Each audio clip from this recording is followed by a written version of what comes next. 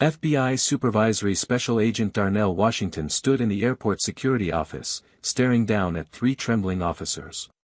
His voice cut through the silence like ice.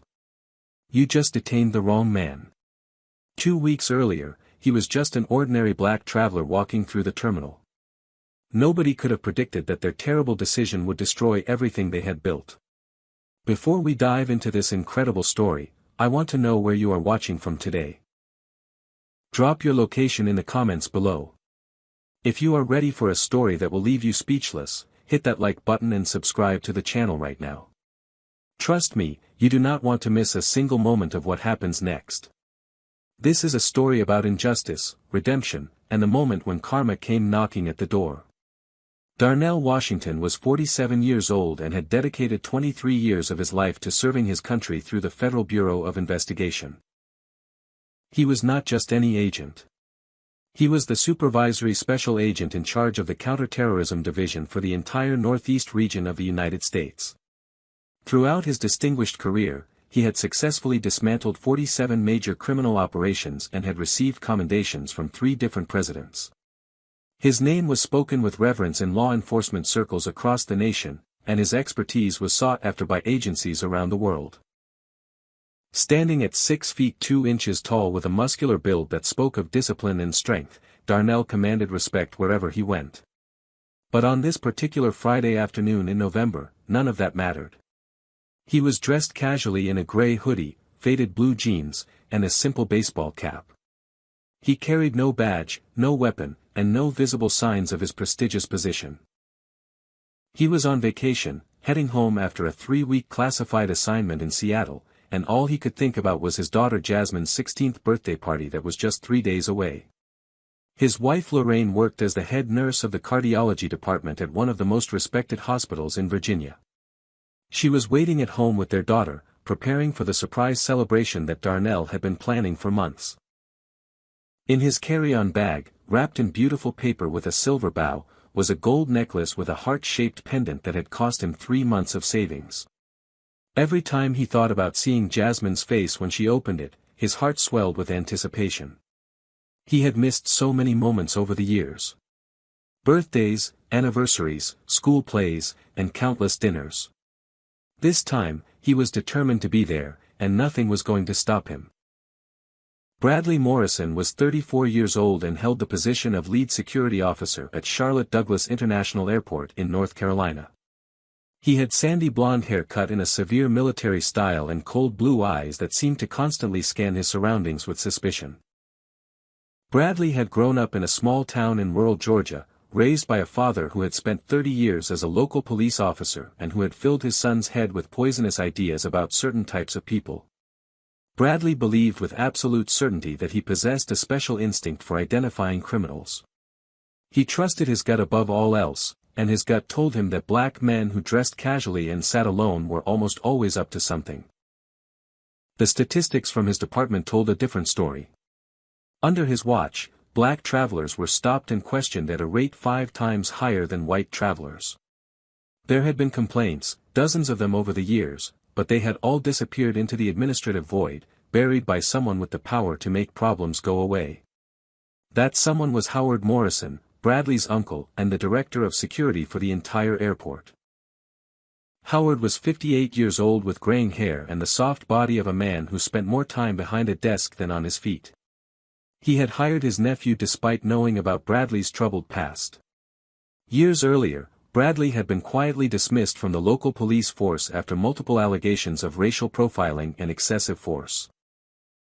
The official records had been sealed, the complaints had been settled out of court, and Bradley had been given a fresh start at the airport thanks to his uncle's intervention. Howard saw nothing wrong with the way Bradley operated. In fact, he encouraged it. He believed that certain people needed to be watched more closely than others, and he had built an entire department culture around that belief. Keith Patterson was 29 years old and served as Bradley's most loyal subordinate. He was a large man with thick arms and a perpetual scowl who enjoyed the physical aspects of the job a little too much. He followed Bradley's orders without question and had been involved in several incidents that had resulted in complaints from travelers. None of those complaints had ever resulted in any consequences. Tammy Sullivan was 31 years old and represented a different kind of problem. She was not actively malicious like Bradley or Keith, but she was complicit in her silence. She had witnessed countless instances of discrimination and mistreatment, and she had never once spoken up. She told herself that she needed the job, that she could not afford to make waves, that it was not her place to interfere. Every time she watched Bradley target another black traveler, a small piece of her soul withered away, but she kept her mouth shut and looked the other way. On this Friday afternoon, November 15, Charlotte Douglas International Airport was buzzing with activity. It was one of the busiest airports in the United States, serving as a major hub for travelers heading to destinations across the country and around the world. The terminal was crowded with business travelers rushing to catch flights, families heading off on vacations, and weary passengers waiting for delayed connections. The afternoon sun streamed through the massive windows, casting long shadows across the polished floors.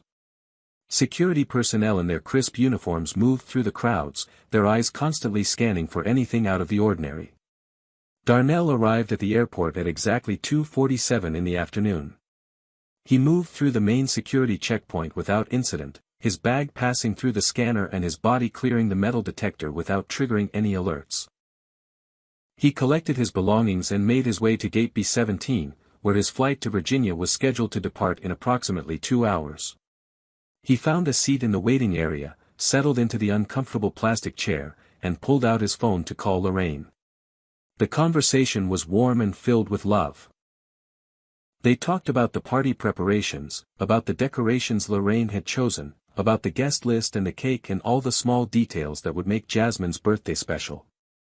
Darnell laughed as he described the necklace he had bought, careful not to reveal too much in case Jasmine might somehow overhear. He told Lorraine he loved her and that he could not wait to see her face when he walked through the door. While Darnell was lost in this moment of domestic bliss, Bradley Morrison was walking through the terminal on his routine patrol. His eyes moved methodically across the crowd, categorizing and assessing each person he saw. When his gaze landed on Darnell, something clicked in his brain. He saw a black man in a hoodie, sitting alone, talking on the phone with an animated expression. To anyone else, this would have been an unremarkable sight. To Bradley, it was a red flag waving in his face. He stopped walking and watched Darnell for several long moments, his instincts screaming that something was wrong with this picture. He signaled to Keith and Tammy, who were patrolling nearby, and gestured toward Darnell with a subtle nod of his head. Keith moved closer, his hand instinctively drifting toward the handcuffs on his belt. Tammy hesitated for just a moment before following, a knot forming in her stomach that she chose to ignore. Bradley's voice was low and confident as he spoke to his colleagues. "That one right there. Something is off about him. I can feel it in my bones." Keith nodded in immediate agreement, his eyes narrowing as he studied Darnell. Tammy said nothing, but she did not object either, and her silence was all the permission Bradley needed.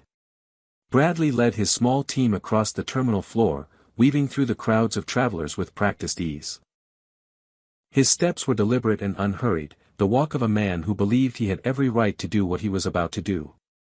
Keith flanked him on the right side, his broad shoulders cutting a path through the throng of passengers. Tammy followed a few steps behind, her eyes darting nervously between her colleagues and the man they were approaching. Darnell was still on the phone with Lorraine, completely unaware that he had become the target of attention. He was laughing at something his wife had said, his head tilted back slightly, his guard completely down. When Bradley stepped directly into his line of sight and stood there with his arms crossed, Darnell's laughter faded into confusion. He held up one finger to indicate he needed a moment and spoke quickly into the phone. "Honey, I need to call you back. Something's happening here."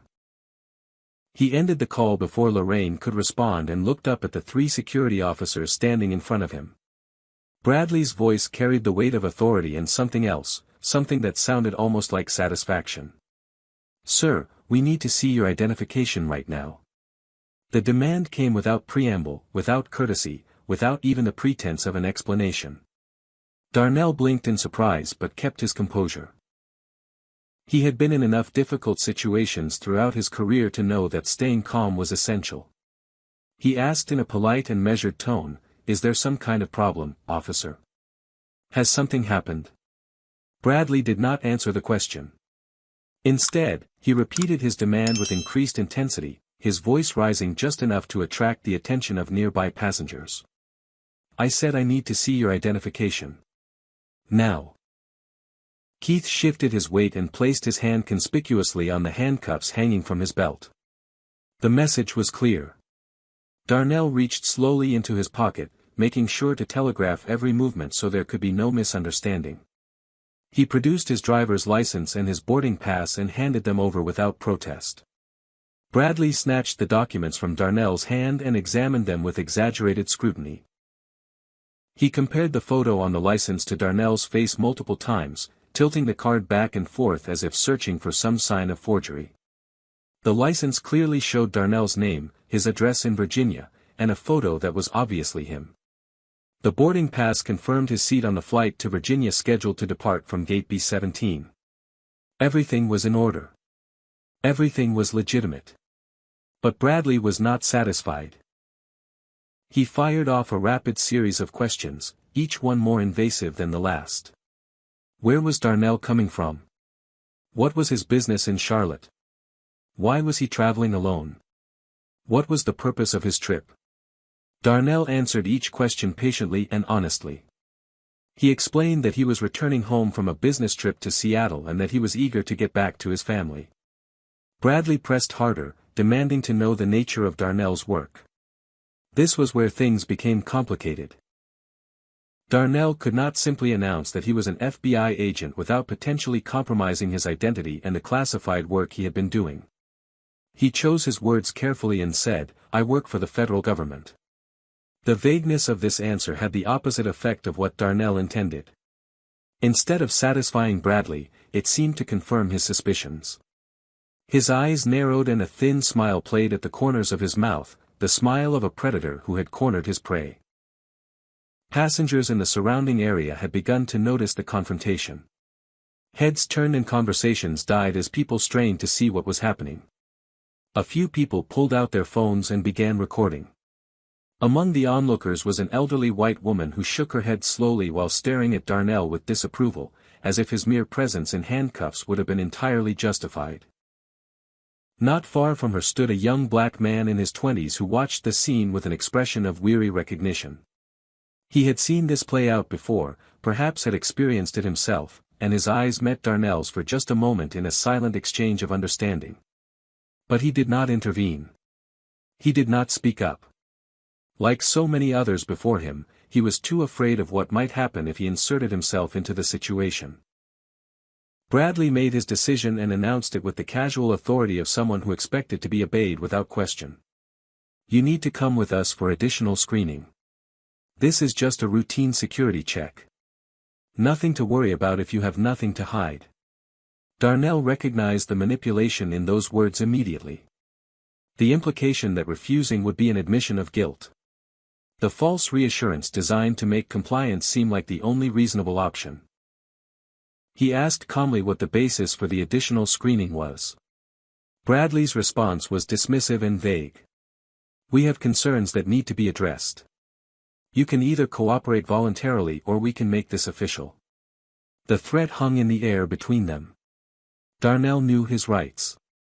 He knew that he could refuse and demand a supervisor. But he also knew how these situations could escalate, how a black man asserting his rights could quickly find himself face down on the ground with a knee on his neck. He had dedicated his career to protecting people, and here he was being treated like a criminal in his own country simply because of the color of his skin. He stood up slowly, keeping his hands visible at all times, and prepared to follow the officers. As they began walking, Darnell noticed something that made his jaw tighten with suppressed anger. They passed directly by two white men who were dressed almost identically to him. Same style hoodie. Same casual jeans. Same baseball caps. Neither of them received so much as a second glance from Bradley or his team. The discrimination was so blatant, so obvious, that it would have been almost laughable if it were not so infuriating. Keith walked close behind Darnell, close enough that when he pushed his hand against Darnell's back to urge him forward, it felt more like a shove than a guide. Darnell stopped walking and turned his head slightly. His voice was calm but firm. "There is no need to put your hands on me. I am cooperating fully." Keith's response dripped with hostility. "Are you resisting? Because that is what it sounds like to me." Bradley quickly interjected before the situation could escalate further. "Just keep moving. We can sort this out in the interview room." They led Darnell through a maze of corridors that took them away from the public areas of the terminal and into the restricted zones where travelers rarely ventured. The walls changed from cheerful advertisements and flight information displays to plain white cinderblock and harsh fluorescent lighting. Finally, they stopped in front of a door marked Security Interview Room 2, and Bradley opened it with a key card. The room beyond was small and claustrophobic, perhaps 10 feet by 10 feet, with no windows and only a single ventilation grate in the ceiling. A metal table was bolted to the floor in the center of the room, with 2 metal chairs on opposite sides. A security camera in the corner blinked its red recording light. Bradley gestured toward one of the chairs and said, "Sit." Darnell complied, settling into the cold metal seat and placing his hands flat on the table in front of him. Keith took up position in the corner of the room, his arms crossed and his eyes fixed on Darnell with undisguised hostility. Tammy remained outside the door, watching through the small reinforced window, her face a mask of conflicted emotions. Out in the terminal, the videos recorded by passengers were already being uploaded to social media. Within minutes, they would begin their viral spread across the internet, and the clock would start ticking on Bradley Morrison's career. The door closed behind them with a heavy thud that seemed to seal Darnell in this small room with his captors. Bradley took the seat across from him and leaned back with an air of smug satisfaction, while Keith remained standing in the corner like a guard dog waiting for the command to attack. The interrogation began immediately, with Bradley asking the same questions he had asked in the terminal, as if repetition might somehow produce different answers. Darnell responded to each query with the same patient, measured responses he had given before. Where was he from? Virginia. Where was he coming from? Seattle. Why was he traveling? Returning home from work. What kind of work? Federal government. The circular nature of the questioning was clearly designed to frustrate him, to make him slip up or lose his temper, but Darnell had spent decades conducting interrogations himself and he recognized every tactic Bradley was employing. Bradley demanded to see the contents of Darnell's carry-on bag, and Darnell agreed without hesitation. He had nothing to hide and everything to gain by demonstrating his cooperation. Keith retrieved the bag from where it had been deposited by the door and unzipped it on the table with rough, careless movements. Inside were the unremarkable possessions of a man returning from a business trip. Neatly folded clothes. A toiletry kit. A phone charger. A paperback novel that Darnell had been reading on the flight. And there, nestled carefully among the clothing, was a small box wrapped in shimmering silver paper with an elegant bow on top. Bradley's eyes locked onto the package immediately. He picked it up and shook it gently, listening to the soft rattle of whatever was inside. What is this? Darnell felt a pang of protective instinct.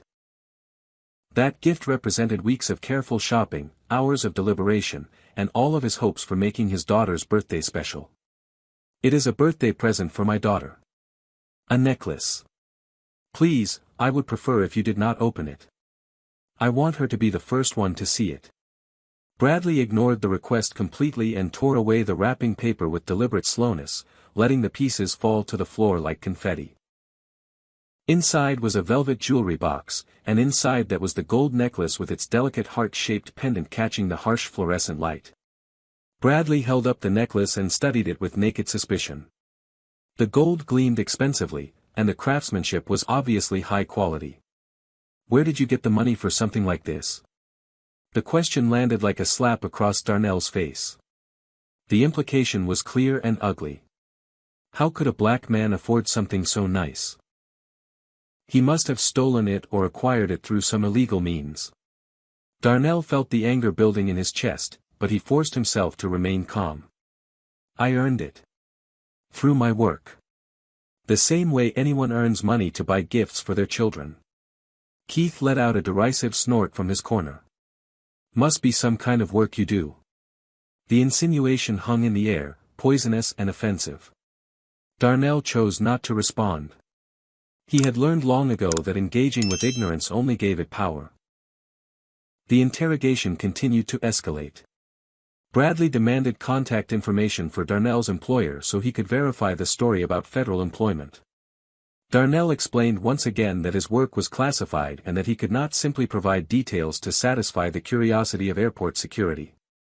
However, he offered a compromise. I can give you a phone number to call. It will connect you with someone who can verify my identity and my employment without compromising any sensitive information. Bradley's response was dripping with sarcasm. Oh, I am sure you have a number ready. Probably some friend waiting by the phone to lie for you and back up whatever story you are trying to sell. Darnell's patience was remarkable, but even he had limits. That is an inappropriate assumption to make. I am offering you a legitimate way to resolve this situation peacefully. Bradley stood up suddenly, his chair scraping loudly against the concrete floor. He leaned across the table until his face was just inches from Darnell's. I make the assumptions around here. I decide what is appropriate. And right now, what I have decided is that you are going to sit in that chair until you start telling me the truth. The request for a physical search came next, delivered as a command rather than a request. Darnell stood as instructed, keeping his movements slow and non-threatening. Keith approached with barely concealed eagerness and conducted the search with unnecessary roughness. His hands pressed hard against Darnell's shoulders, ran roughly down his sides, and patted his legs with enough force to leave bruises. When his fingers dug into the sensitive area around Darnell's kidneys, a flash of genuine pain crossed Darnell's face. I want it noted for the record that I am objecting to this search and the manner in which it is being conducted. His voice was calm but firm. Keith responded with another rough shove. Noted and ignored. The sound of Darnell's phone ringing cut through the tension in the room. The screen lit up with a photo of a beautiful black woman and the name, Lorraine, surrounded by small heart emojis. Bradley moved faster than Darnell could react and snatched the phone from the table before Darnell could reach it. Who is Lorraine? The question was asked with suspicion, as if even having a wife was somehow evidence of wrongdoing. She is my wife. Please, let me answer. She will be worried if I do not respond. I told her I would call her back. Bradley looked at the phone as it continued to ring, then looked back at Darnell with cold indifference. She can wait. He pressed the button to decline the call and slipped the phone into his own pocket. The action was a violation so personal, so petty, that Darnell felt his carefully maintained composure begin to crack. That phone was his connection to his family, his lifeline to the people he loved, and this man had taken it from him like it meant nothing. But he said nothing. He knew that any reaction could be used against him, twisted into evidence of aggression or noncompliance. Bradley then revealed what he claimed was the justification for all of this. He announced with great seriousness that Darnell matched the description of a suspect in a recent theft in the area. Darnell asked to see the specific description. What were the physical characteristics? What was the suspect alleged to have stolen?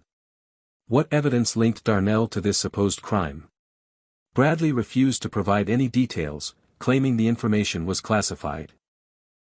The irony was not lost on Darnell that Bradley was using the same justification that Darnell himself had used moments earlier, but using it as a shield for lies rather than legitimate security concerns. Keith added his own contribution to the accusations. You were acting suspicious out there. Looking around constantly. Making phone calls. That is classic scouting behavior. You were probably casing the terminal, figuring out where the security gaps are. Darnell's response was simple and direct. I was calling my wife. We were discussing our daughter's birthday party. There is nothing suspicious about a man talking to his family. Bradley's smile was thin and humorless. That is a very convenient story. Too convenient, if you ask me. The interview room had become suffocating. The walls seemed to press inward with each passing minute. Darnell had lost track of how long he had been in this room, answering the same questions, enduring the same accusations, maintaining his dignity in the face of deliberate humiliation.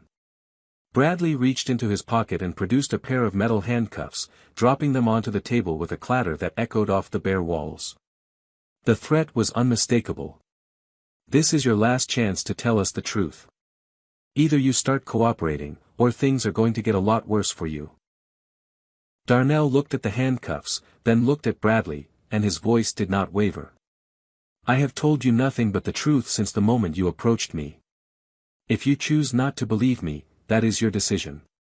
But I have done nothing wrong, and I will not confess to crimes I did not commit. Bradley's patience, such as it was, had reached its end. He nodded once to Keith, a silent command that both men understood perfectly. Keith moved forward with the handcuffs, grabbing Darnell's wrists and wrenching them behind his back with far more force than necessary.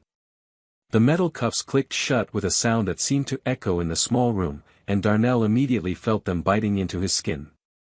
They were too tight, deliberately so, and he could feel the circulation being cut off to his hands. The cuffs are too tight. You need to loosen them. His voice remained calm even as the pain began to build. Keith leaned close to his ear and whispered with evident satisfaction, "You should have thought about that before you started lying to us." Tammy, still watching through the window in the door, pressed her hand against the glass. Her face was pale and her eyes were wide with distress, but she made no move to enter the room, no attempt to stop what was happening. Her silence was its own kind of violence. In a quiet suburban home in Virginia, Lorraine Washington was pacing the kitchen floor with her phone clutched in her hand. She had called her husband 3 times now, and each call had gone unanswered. This was unlike Darnell. He always answered her calls, or at least sent a text to let her know he was busy. Something was wrong. She could feel it in her bones with the certainty that comes from 2 decades of marriage. When her phone finally rang with an incoming call from Darnell's number, she answered before the first ring had finished. But the voice on the other end was not her husband. It was cold and official and completely unfamiliar. "Your husband is being detained for questioning. He will call you when we are done with him." The line went dead before she could ask a single question. Lorraine stood frozen in her kitchen, her mind racing through every terrible possibility. Detained? For what? By whom? Her husband was one of the most decorated FBI agents in the country. What could possibly be happening? She did not waste time on panic. Instead, she went to her contact list and began making calls to every colleague of Darnell's whose number she had. Back at the airport, the situation was evolving in ways that Bradley could not have anticipated. The videos recorded by passengers in the terminal had been uploaded to social media platforms and were spreading with the viral intensity that only outrage can generate. One video in particular, showing Darnell being led away with his hands visible and his expression calm and dignified, had already accumulated tens of thousands of views. The comments section was exploding with fury. People were sharing their own stories of being profiled at airports. Activists were tagging news organizations and demanding coverage. The hashtag airport racism began trending in the region and would soon go national. A local news producer received a tip from a friend who had seen the video and immediately dispatched a camera crew to the airport. Inside the interview room, time had become meaningless. Darnell had been handcuffed and confined for over 2 hours. The metal restraints had rubbed his wrists raw, and he could see angry red marks forming where the skin had broken. He had not been offered water. He had not been allowed to use the restroom. He had not been permitted to make a phone call or contact an attorney. Every request had been denied with the same dismissive response. "You are not under arrest, you are just being detained, so you do not have those rights." Darnell knew this was legally questionable at best, but he also knew that arguing the point would only make things worse. So he sat in silence, conserving his energy, waiting for the moment when he would have the opportunity to set things right. "Now I want to pause here and ask you something important. Do you think Darnell is handling this situation correctly? Do you believe that staying calm and cooperative is the right approach when you are being treated so unjustly?" If you think Darnell is doing the right thing by maintaining his composure, comment number 1 below. If you think he should be more assertive in demanding his rights, comment number 2. I really want to hear your thoughts on this, so make sure to leave your opinion in the comments. And while you are down there, hit that like button if you are invested in finding out what happens next. Subscribe to the channel if you have not already, because trust me, this story is about to take a turn that nobody saw coming. The arrival of Howard Morrison added a new dimension to the nightmare. The director of security had been monitoring the situation from his office and had decided to make a personal appearance. He entered the interview room with the easy confidence of a man who believed himself untouchable. His eyes swept over Darnell, lingered on the handcuffs, and then turned to his nephew with an expression of approval. "What do we have here, Bradley?" Bradley straightened up, clearly pleased to have his uncle's attention. "Suspicious individual, sir. Vague about his employment. Carrying expensive jewelry he cannot adequately explain. Resistant to questioning." Howard nodded slowly, as if this litany of non-crime somehow justified the hours of detention and the restraints that were now visibly injuring Darnell's wrists. "Good instincts. I always knew you had the eye for this kind of thing. Keep at it. Let me know if you need anything." He gave Bradley a pat on the shoulder and left the room without once acknowledging Darnell as a human being. Darnell watched him go and understood that he was dealing with something larger than one overzealous security officer. This was a systemic problem, a culture of discrimination that started at the top and filtered down to every level of the organization. Getting out of this room was going to be more complicated than he had initially thought. The physical toll was becoming increasingly difficult to ignore. Darnell's shoulders ached from having his arms restrained behind his back for so long. His wrists throbbed with every heartbeat, and he could feel the swelling pressing against the unyielding metal of the cuffs. His throat was dry and his head had begun to pound from dehydration and stress.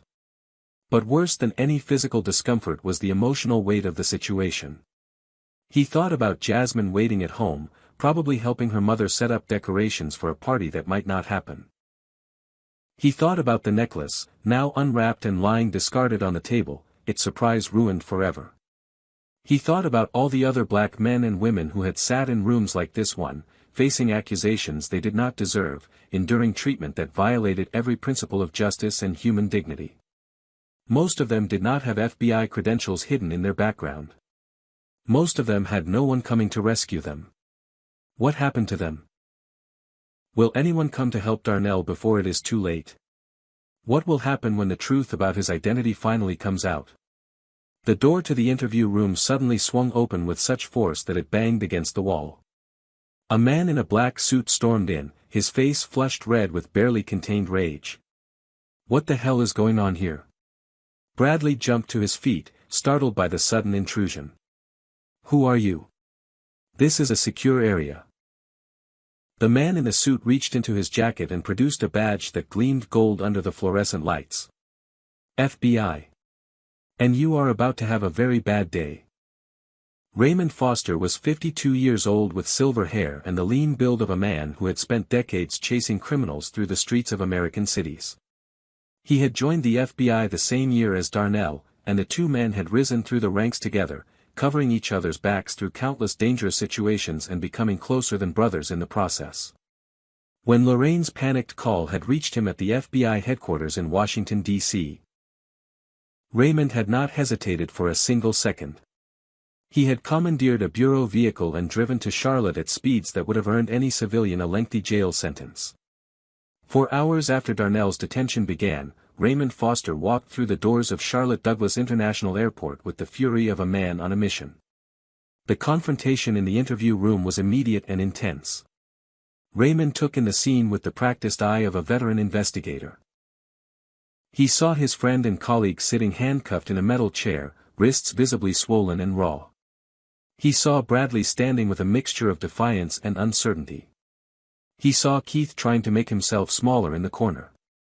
And he saw Tammy peering through the window with an expression of desperate hope that someone was finally going to do something.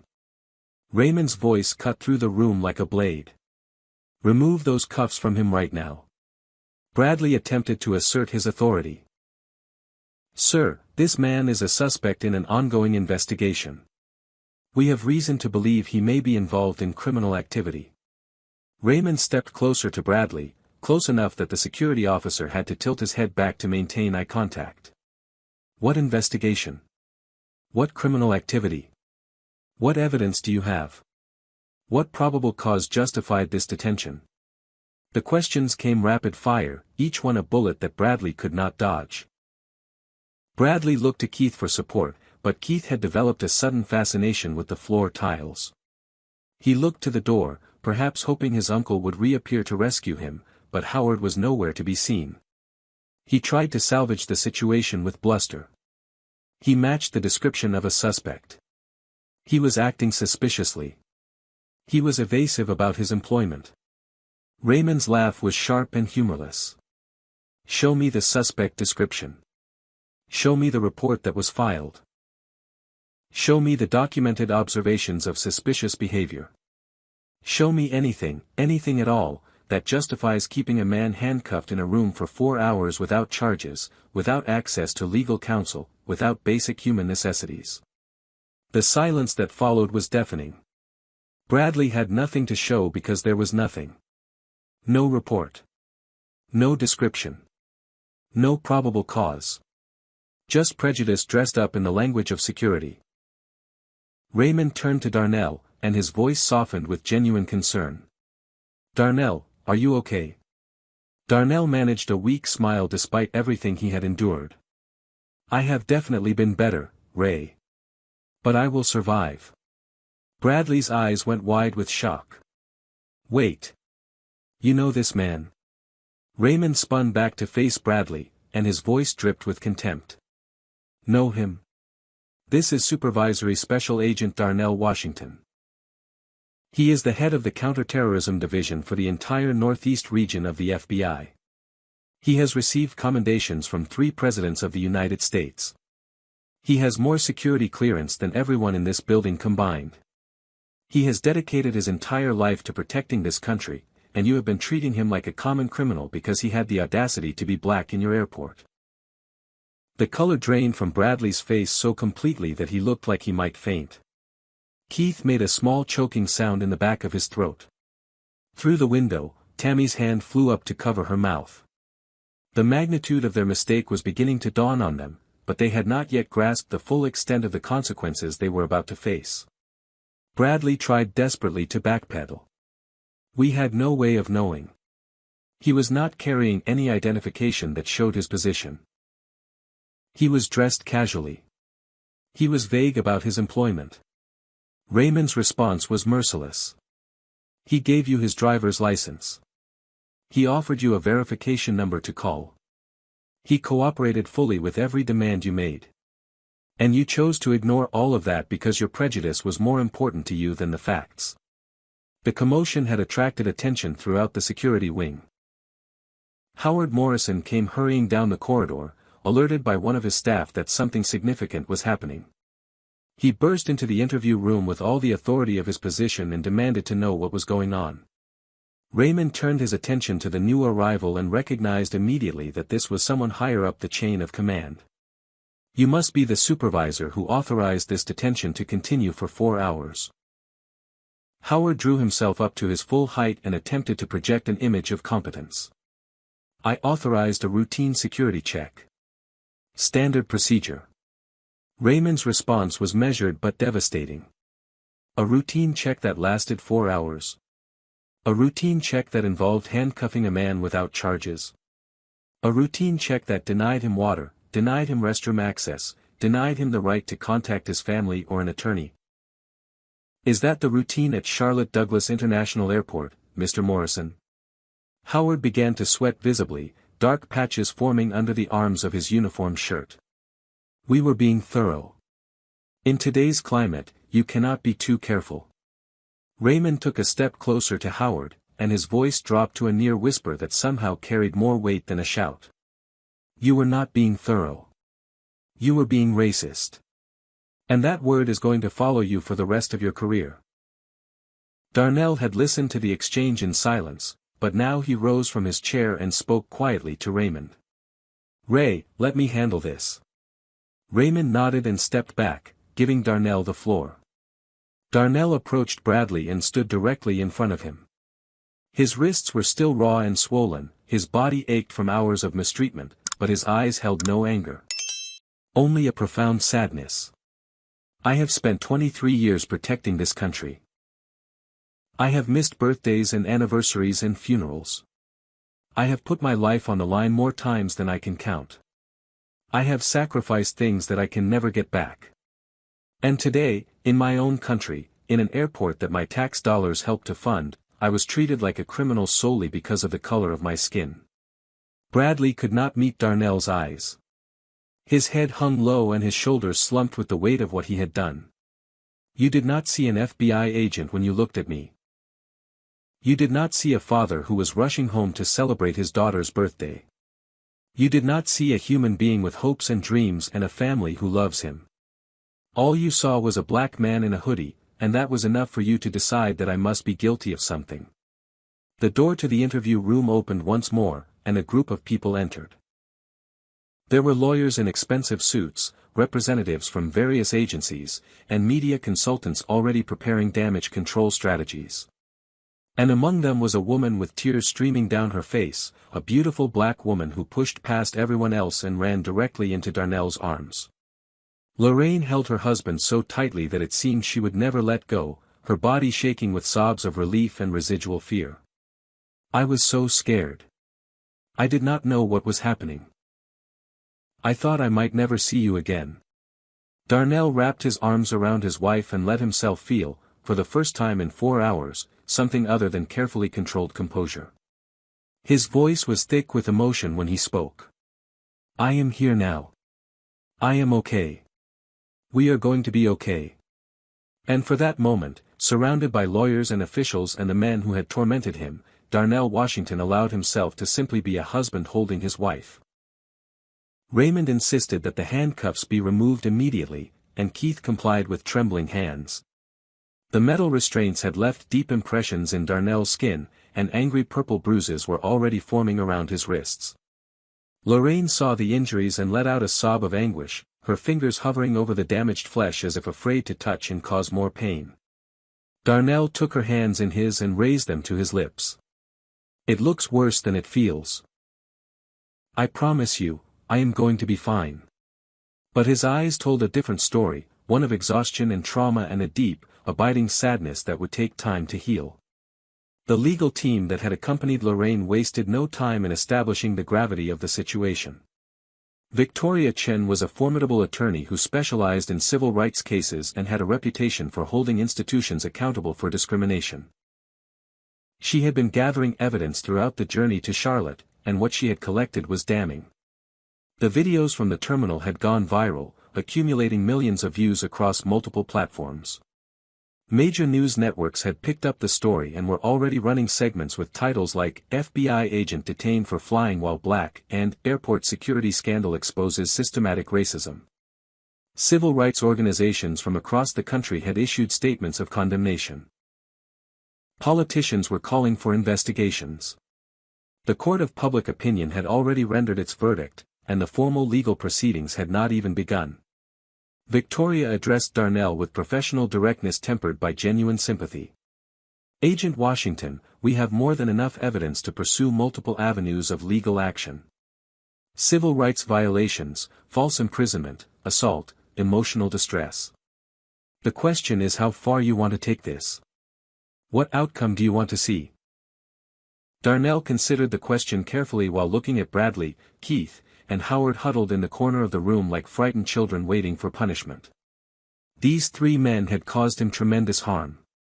They had humiliated him, injured him, and reminded him of every time in his life when the color of his skin had made him a target. A part of him wanted to see them destroyed, wanted to watch their careers crumble and their reputations disintegrate. But a larger part of him knew that personal revenge would accomplish nothing lasting.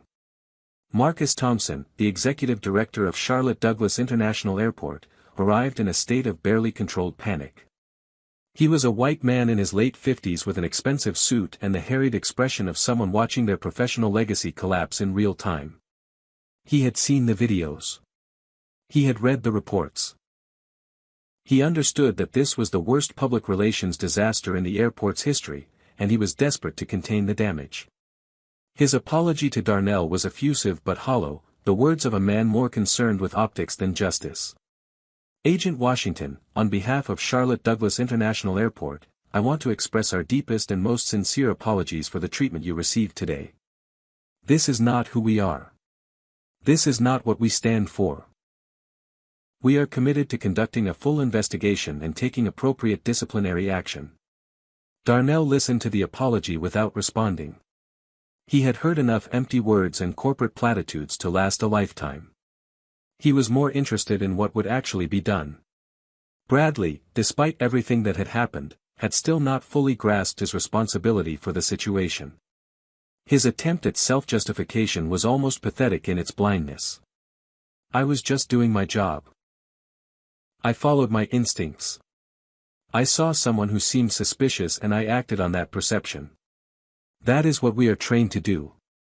Raymond's response was swift and devastating. Your instincts told you that a black man in casual clothes must be a criminal. Your instincts told you to ignore cooperating behavior and documented identification. Those are not instincts. That is prejudice. And prejudice is not part of any legitimate security training. Victoria added her own observation, pulling up data on her tablet. We have obtained footage from the terminal cameras. In the 10 minutes before you approached Agent Washington, you walked past at least 6 white individuals who were dressed in nearly identical clothing. Not one of them was stopped. Not one of them was questioned. Can you explain that discrepancy, Mr. Morrison? Bradley had no explanation. His mouth opened and closed several times, but no words came out. Keith attempted to distance himself from the situation with the oldest excuse in the book. I was just following orders. Bradley told me what to do and I did it. Raymond's voice was cold with contempt. Following orders is not a defense. It was not a defense at Nuremberg, it was not a defense at My Lai, and it is not a defense here. You made choices today. You chose to put those handcuffs on too tight. You chose to shove a man who was cooperating. You chose to participate in his mistreatment. Those were your choices, and you will be held accountable for them. The investigation into Howard Morrison's tenure as Director of Security had already begun, and the preliminary findings were shocking. Victoria revealed that over the past 5 years, the security department under Howard's leadership had stopped and questioned black travelers at a rate 7 times higher than white travelers. There had been 47 formal complaints alleging racial discrimination, and every single one had been dismissed through internal review processes controlled by Howard himself. Bradley Morrison was the subject of more complaints than any other officer, but instead of facing consequences, he had been promoted and protected. The pattern was unmistakable. This was not a case of one bad actor making poor decisions. This was institutional racism, documented and systematic and deliberately concealed from outside oversight. Howard attempted to defend himself with statistics and context, but his words rang hollow against the weight of evidence. Marcus Thompson listened to the revelations about his own airport with growing horror. He had inherited Howard when he took the director position 3 years ago and had never questioned the security department's operations. Now he was realizing that his lack of oversight had allowed a discriminatory system to flourish under his watch. His face had gone pale, and his hands shook as he processed the implications for his own career. Darnell asked Lorraine to step outside with him for a private conversation. They found a quiet corner of the corridor away from the chaos and the cameras and the officials scrambling to manage the crisis. Lorraine took his hands in hers, careful to avoid the bruised wrists, and looked into his eyes with the same love and trust that had sustained their marriage for 20 years. Whatever you decide, I support you completely. This is your choice to make. Darnell thought about the easy path. Accept an apology, take a settlement, and move on with his life. He had the power to make this all go away with a phone call. But what about the next person? What about the black father or mother or child who would walk through this airport tomorrow and be treated the same way he had been? They would not have an FBI badge to protect them. They would not have powerful friends to come to their rescue. They would be alone, just like so many others had been alone before them. He looked at his wife, at the woman who had stood by him through every sacrifice and every danger of his career, and made his decision. This is not just about me. It cannot be just about me. I have to fight, not for revenge, but for everyone who has been through this and did not have the ability to fight back. Lorraine nodded, her eyes bright with pride and unshed tears. Then fight. I will be right beside you. They returned to the interview room together, hand in hand. Darnell faced the assembled group and spoke with quiet authority. I am not going to let this go. Not because I want revenge. Not because I want to see anyone suffer. But because somewhere in this airport right now, there might be another black traveler being treated exactly the way I was treated. They might not have the credentials or the connections that I have. They might leave here feeling humiliated and helpless and convinced that the system will never protect them. I cannot let that continue. This ends today. 2 weeks had passed since the incident at Charlotte Douglas International Airport, and the ripples had grown into waves that were reshaping the landscape of airport security across the nation. A full federal investigation had been launched, involving the FBI, the Department of Justice, and the Equal Employment Opportunity Commission. Darnell had returned to his position at the Bureau, but he dedicated every spare moment to following the progress of the case. His story had become a symbol, a rallying point for everyone who had ever been profiled or mistreated because of their race. The hashtags Justice for Darnell and End Airport Racism continued to trend on social media, and his face appeared on news broadcasts almost daily. The investigators had uncovered a web of discrimination that extended far beyond what anyone had initially suspected. Howard Morrison had been building his discriminatory system for 12 years, carefully constructing a departmental culture that normalized racial profiling. New employees were subtly encouraged to trust their instincts when deciding who to stop, with clear implicit messaging about which travelers deserved extra scrutiny. Official training programs on identifying genuinely suspicious behavior had been neglected, replaced by an informal education in prejudice passed down from supervisors to subordinates. The data was undeniable. Hundreds of black travelers had been stopped, questioned, and in many cases detained without any legitimate justification. Their complaints had been systematically buried, their voices silenced by an administration that saw them as problems to be managed rather than citizens to be served. As news of the investigation spread, other victims began coming forward. Jerome Patterson was a 61-year-old cardiovascular surgeon who had been detained at Charlotte Douglas 3 times in the past 2 years. Each time, he had been traveling to medical conferences to share his groundbreaking research on heart disease. Each time, he had been treated like a criminal for the crime of being a successful black man in an expensive suit. The emotional toll had been devastating. He had begun avoiding air travel altogether, driving long distances instead of flying, limiting his professional opportunities because the thought of another airport interrogation filled him with dread. Monique Williams was a 45-year-old professor of African American studies at a prestigious university. She had been detained on her way to deliver a keynote address at an academic conference, and by the time she was released, she had missed her speaking slot entirely. The conference had been unable to reschedule, and a year's worth of research and preparation had been wasted. She had filed a complaint with the airport administration and had received a form letter response dismissing her concerns as unfounded. Deshaun Carter was just 19 years old, a talented basketball player at a Division I university with dreams of making it to the professional leagues. He had been traveling with his team to an away game when security officers pulled him out of the line, demanded to search his belongings, and questioned him for 45 minutes in front of his teammates and coaches. The humiliation had been unbearable. His white teammates had watched in shock, unable or unwilling to intervene. Deshaun had never fully recovered. His performance on the court had suffered, his grades had dropped, and he had started seeing a therapist for anxiety and depression. Patricia Washington, no relation to Darnell, was a 72-year-old veteran who had served her country with distinction in the Army Nurse Corps. She used a wheelchair due to injuries sustained during her service, and that wheelchair had apparently been reason enough for suspicion.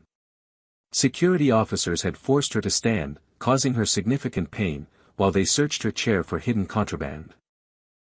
They had found nothing, of course, and had released her with a dismissive apology that made clear they felt no genuine remorse for what they had put her through. Each story was heartbreaking in its own way, but together they painted a picture of systematic abuse that demanded accountability.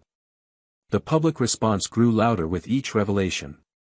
Peaceful protests gathered outside the airport, with demonstrators holding signs demanding reform and chanting slogans that echoed through the terminal. Politicians at every level of government issued statements condemning the discrimination and calling for comprehensive changes. Airlines announced they were reviewing their partnerships with security contractors. The pressure for change was becoming impossible to ignore. Bradley Morrison had been suspended without pay pending the outcome of the investigation. He was facing federal charges for civil rights violations, and his attorney was already discussing plea deals to minimize his prison time. His world had collapsed completely. His wife had left him, taking their 2 children and returning to her parents' home. His friends had distanced themselves, unwilling to be associated with someone whose face was synonymous with racism. He spent his days alone in his apartment, watching the news coverage and trying to understand how everything had gone so wrong. Keith Patterson had also been suspended and was cooperating fully with investigators in hopes of receiving leniency. He provided detailed testimony about the practices he had witnessed and participated in, implicating not only Bradley and Howard but also several other officers who had engaged in similar behavior. His cooperation was motivated by self-interest rather than genuine remorse, but it was producing valuable evidence nonetheless. Tammy Sullivan had made a different choice. She had voluntarily come forward to offer testimony against her former colleagues, accepting full responsibility for her own complicity in their actions. Her statement to investigators was devastating in its honesty. "I watched it happen over and over again. I saw Bradley target black travelers specifically. I saw Keith use more force than necessary. I saw Howard dismiss every complaint without investigation. And I did nothing. I told myself I needed the job, that I could not afford to make waves, that it was not my place to speak up. But those were just excuses. I was a coward, and my cowardice made me just as guilty as the people who actually did these things." Tammy had become an advocate for reform, speaking publicly about the need for bystanders to find their courage and stand against injustice. Howard Morrison had been terminated immediately following the initial revelations. The criminal investigation had revealed that he had actively obstructed justice by burying complaints and protecting officers who should have been disciplined. He was facing multiple felony charges and was likely to spend years in federal prison. His wife of 30 years had filed for divorce after learning the full extent of his activities. His children refused to take his calls. He had gone from being a respected figure in airport administration to a pariah whose name was synonymous with institutional racism. In the midst of all this turmoil, Darnell received a phone call that reminded him why he was fighting. Jasmine's voice came through the phone, young and earnest and filled with emotion. "Dad, I just wanted to tell you that I am so proud of you. What you are doing, speaking out and pushing for change, it matters. It really matters." Darnell felt his eyes grow moist as he listened to his daughter. "Baby girl, I am just trying to make the world a little better. That is all any of us can do." Jasmine's response stayed with him long after the call ended. "It will be better, Dad. Because of you." The location for the final meeting held a painful symbolism. It was the same security office where Darnell had been detained 2 weeks earlier, the same room where he had been handcuffed and interrogated and treated like a criminal. But this time, the dynamic had completely reversed. Darnell stood at the head of the room in a position of authority, wearing his FBI credentials visibly and flanked by lawyers and federal officials. Bradley, Keith, and Howard sat in metal chairs facing him, their positions mirroring where Darnell had been forced to sit during his ordeal. Tammy was also present, seated apart from her former colleagues, having chosen to align herself with the truth rather than the institution that had failed so many people. The room was crowded with observers. Attorneys representing various parties lined the walls. Representatives from the Department of Justice had come to document the proceedings. Recording devices captured every word for the official record. This was not a trial, not yet, but it was a confrontation that would shape everything that came after. Darnell began by walking slowly toward Bradley Morrison.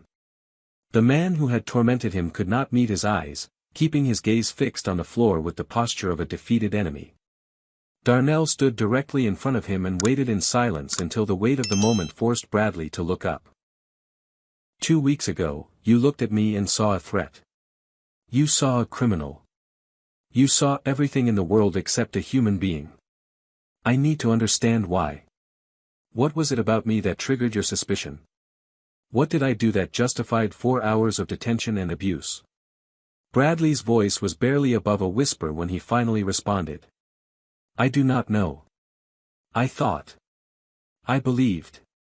I was trained to. His voice trailed off as he struggled to articulate something he had never been forced to examine. Darnell pressed on with calm determination. You believed what exactly? That black men are inherently dangerous. That we are suspicious by default. That we have to prove our innocence while everyone else is presumed innocent. Those beliefs did not come from nowhere. Where did they start? The questions forced Bradley to confront memories he had long buried. He spoke haltingly about his childhood, about a father who had worn a badge and carried a gun and taught his son that certain people were the enemy. He remembered dinner table conversations filled with casual racism, jokes and slurs that had been normalized as simply the way things were. He had entered adulthood believing that his prejudices were actually wisdom, that his discrimination was actually discernment. He had convinced himself that he was protecting people when he was actually persecuting them. I thought I was doing the right thing, Bradley said, his voice cracking. I thought I was keeping people safe. Darnell's response was devastating in its simplicity. You were not protecting people. You were protecting a comfortable worldview where people who look like me are always the threat and never the protector. You were preserving your own sense of superiority. And in the process, you were destroying lives. Bradley had no defense. He sat in silence, tears streaming down his face, as the full weight of his actions pressed down upon him. Darnell turned next to Keith Patterson, who had begun crying before Darnell even reached him. You followed orders without thinking. You pushed me. You tightened those handcuffs until my wrists bled. And now you want to say you were just doing what you were told. But let me ask you something. Did you enjoy it? When you were hurting me, when you were watching me suffer, did some part of you take pleasure in that? Keith's sobs made it difficult for him to speak coherently. No, sir. No. I did not. I mean, I did not think about it that way. I was doing what Bradley said and I did not question it and I should have and I am so sorry. His apology was desperate and pathetic and probably sincere, but sincerity did not undo the damage. Darnell said, sorry does not heal these scars on my wrists. Sorry does not give me back the 4 hours I spent in that chair. Sorry does not help the hundreds of other people who went through the same thing without anyone coming to save them. Sorry is just a word.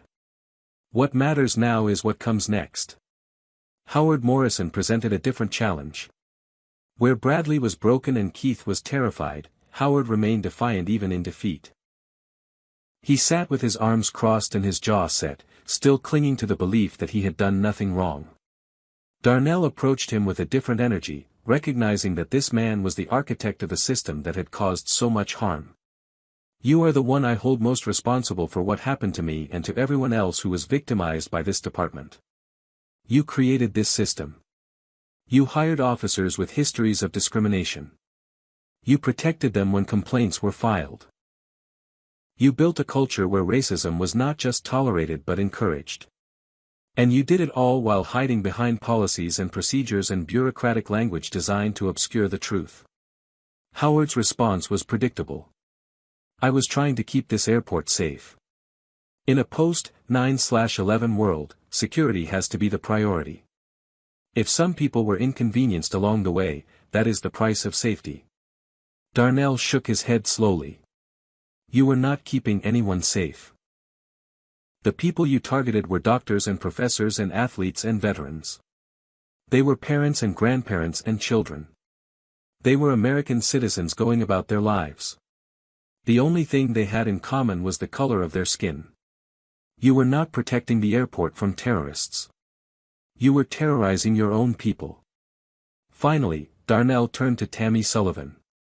She sat with her hands clasped in her lap, tears running silently down her cheeks, awaiting his judgment. You watched everything that happened. You saw every abuse, every violation, every act of discrimination. And you said nothing. You did nothing. You allowed it to continue because silence was easier than courage. Tammy nodded, accepting the condemnation. I know. I was afraid. Afraid of losing my job, afraid of being targeted myself, afraid of going against people who had more power than me. But those fears do not excuse what I did. What I failed to do. She paused, gathering herself. I want to make it right. I do not know how, but I want to try. I want to be part of the solution instead of part of the problem. Darnell studied her for a long moment before responding. Making it right starts with telling the truth. All of it. About everything you witnessed. About every person who was mistreated under this system. That is the price of redemption, and you have to decide if you are willing to pay it. The formal demands came next. Darnell had spent the past 2 weeks working with advocacy groups and legal experts to develop a comprehensive reform plan. He was not interested in personal compensation. The money would not heal his wounds or restore his faith in the system. What he wanted was change. Real, lasting, structural change that would protect others from experiencing what he had experienced. The list was specific and ambitious. Mandatory bias training for every security employee, developed in partnership with civil rights organizations and conducted by experts in the field. Body cameras for all officers, with footage subject to independent review. An oversight board with community representation and real authority to investigate complaints and impose consequences. A compensation fund for victims of past discrimination, funded by the airport and administered by an independent panel. And most importantly, the immediate termination and prosecution of everyone who had participated in or enabled the discriminatory practices. Darnell looked at the 3 people who had tormented him and delivered his final statement. I could have destroyed you. I have the power, the connections, the evidence. I could have made sure you never worked again, never recovered from this moment, spent the rest of your lives suffering for what you did. But destruction is not justice. Change is justice. The question each of you needs to answer is whether you are willing to be part of that change, or whether you are going to spend the rest of your lives running from what you have done. 1 year had passed since Darnell Washington was detained at Charlotte Douglas International Airport. In that time, the world had changed in ways both large and small. The reforms he had demanded had been implemented not just in Charlotte but in airports across the country. The Charlotte model had become a blueprint for addressing institutional racism in security operations, studied by administrators and activists alike. Bias training programs were now mandatory for airport security personnel nationwide. Body cameras had become standard equipment. Independent oversight boards were being established in major transportation hubs. The system was far from perfect, but it was better than it had been, and the momentum for change continued to build. Bradley Morrison had been sentenced to 18 months in federal prison for civil rights violations. The sentence was longer than his attorneys had hoped for and shorter than many activists had demanded, but it sent an important message about accountability. What surprised everyone was what happened during his incarceration. Bradley began reading, really reading, for perhaps the first time in his life. He devoured books about the history of racism in America, about the civil rights movement, about the experiences of Black Americans from slavery through the present day. He emerged from prison a changed man, or at least a man in the process of changing. One of his first actions upon release was to write a letter to Darnell Washington apologizing for everything he had done. The letter was long and detailed and demonstrated a genuine understanding of the harm he had caused. Bradley had begun volunteering for an organization that worked to combat racial prejudice, using his own story as a cautionary tale about the dangers of unchecked bias. Keith Patterson received a suspended sentence and 500 hours of community service.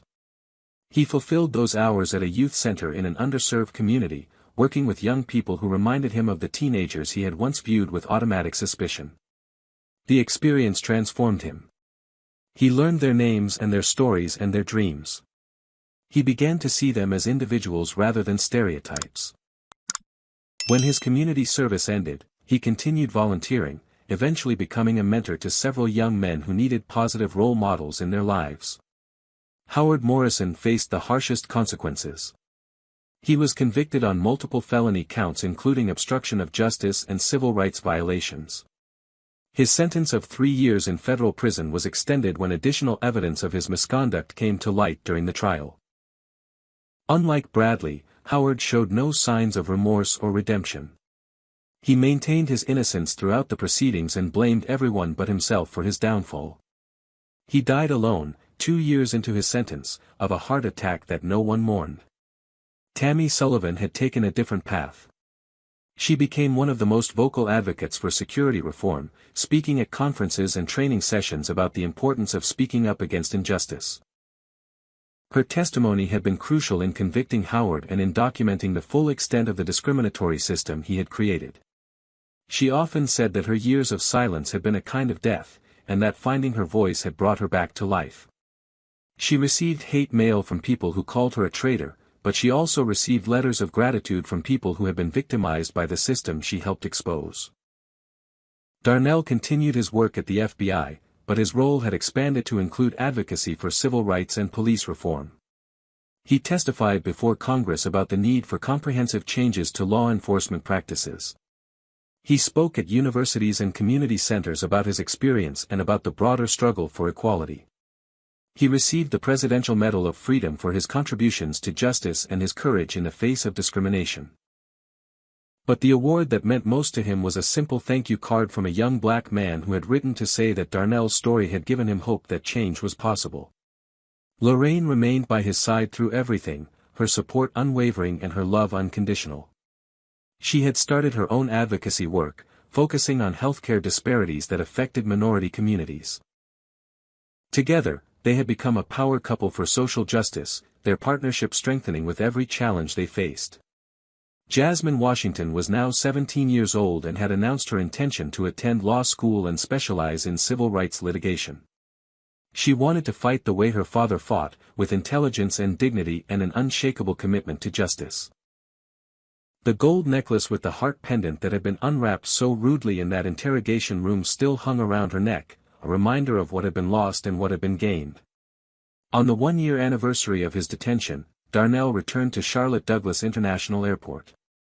He walked through the same terminal where he had been humiliated, past the same waiting area where he had been approached by Bradley and his team. This time, he wore his FBI credentials proudly displayed on his chest. Security officers recognized him and nodded respectfully as he passed. The atmosphere was different now, lighter somehow, as if a shadow had been lifted from the building. He paused near gate B-17, the same gate where his nightmare had begun, and observed the travelers around him.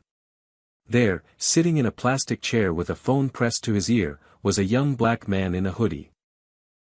He was laughing at something the person on the other end of the call had said, completely relaxed, completely unaware that he was being watched. A security officer walked by, glanced at the young man, smiled pleasantly, and continued on her way. No stopping. No questioning. No suspicion. Just a person being allowed to exist in peace. Darnell felt something loosen in his chest, a tension he had been carrying for a year without fully realizing it. This was what he had fought for. Not revenge against those who had wronged him, but protection for those who came after. The battle was not over.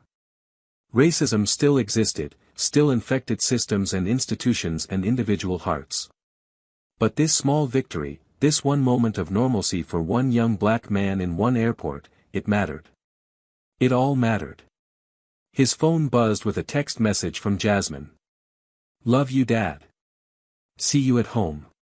He smiled and typed his response. "Love you too, baby girl. I will be there soon." He pocketed the phone and walked toward his gate, and nobody stopped him. Nobody questioned him. He was just a man going home to his family. The plane lifted off into a clear blue sky, carrying Darnell away from the place where he had suffered and toward the people he loved. Below, Charlotte Douglas International Airport continued its endless rhythm of arrivals and departures. But something had changed in the air, in the way people looked at each other, in the hope that justice could prevail even when the odds seemed impossible.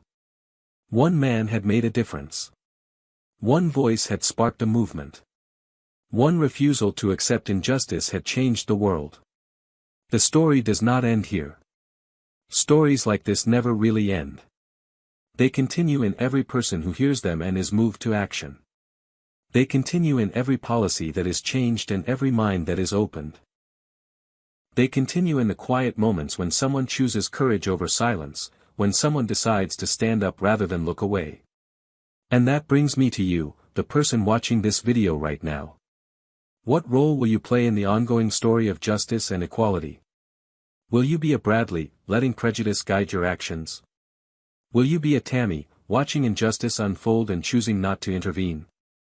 Or will you be a Darnell, standing up for what is right even when it costs you dearly? I want to hear from you. Drop a comment below and tell me what you would have done in Darnell's situation. Would you have stayed calm like he did, or would you have reacted differently? What lessons do you take away from this story? If this story moved you, if it made you think, if it inspired you to be better, please hit that like button and let me know. Your likes and engagement help this message reach more people who need to hear it. If you are not already subscribed to this channel, please subscribe now and turn on notifications so you never miss a story like this one. We are building a community of people who care about justice and equality and who believe that stories have the power to change the world. Share this video with someone who needs to hear it. Share it on your social media. Send it to a friend. The more people who hear Darnell's story, the more people who will be inspired to stand up against injustice in their own lives. Thank you for watching until the end. Thank you for being part of this community. Thank you for caring about these issues and for believing that change is possible. I wish you strength in the face of adversity, courage in the face of fear, and the wisdom to know that your voice matters. Until next time, take care of yourselves and take care of each other. The world needs more people like Darnell Washington. The world needs more people like you. This powerful story teaches us several important lessons that we should carry with us throughout our lives. First, never judge a person by their appearance. Bradley Morrison looked at Darnell Washington and saw only a black man in a hoodie. He failed to see the dedicated FBI agent, the loving father, the man who had spent 23 years protecting his country. Assumptions based on skin color or clothing are dangerous and can lead to devastating consequences for innocent people. Second, silence makes you complicit. Tammy Sullivan watched discrimination happen repeatedly and chose not to speak up. Her silence enabled the abuse to continue. When we witness injustice and say nothing, we become part of the problem. Finding courage to speak up is essential for creating change. Third, true justice is about transformation, not revenge. Darnell had every opportunity to destroy the people who harmed him, but he chose reform over retribution. He understood that punishing individuals would not fix the broken system. Real change requires addressing root causes and building better institutions. Fourth, dignity in adversity reveals character. Despite hours of humiliation and mistreatment, Darnell maintained his composure. His calm response demonstrated strength far greater than anger could have shown. Finally, one person can make a difference. Darnell's decision to fight sparked a national movement that changed airport security practices across the country. Never underestimate the power of standing up for what is right. Now I want to hear from you. Have you ever witnessed or experienced discrimination based on race or appearance? How did you respond, and what would you do differently today? Drop your thoughts in the comments below because your stories matter and they help others feel less alone. If this story touched your heart and opened your eyes to the reality of racial profiling in America, please hit that like button right now. Your likes help this important message reach more people who need to hear it. Subscribe to this channel and turn on the notification bell so you never miss powerful stories like this one. We share content that inspires, educates, and empowers our community every single week. Share this video with your friends, your family, and your social media followers. The more people who hear Darnell's story, the more awareness we create about the injustices that still exist in our society. Thank you so much for watching until the very end. Your support means everything to this channel. I wish you courage to stand against injustice wherever you find it, strength to maintain your dignity in difficult situations, and wisdom to judge people by their character rather than their appearance. Stay blessed, stay strong, and always remember that your voice has power. See you in the next video.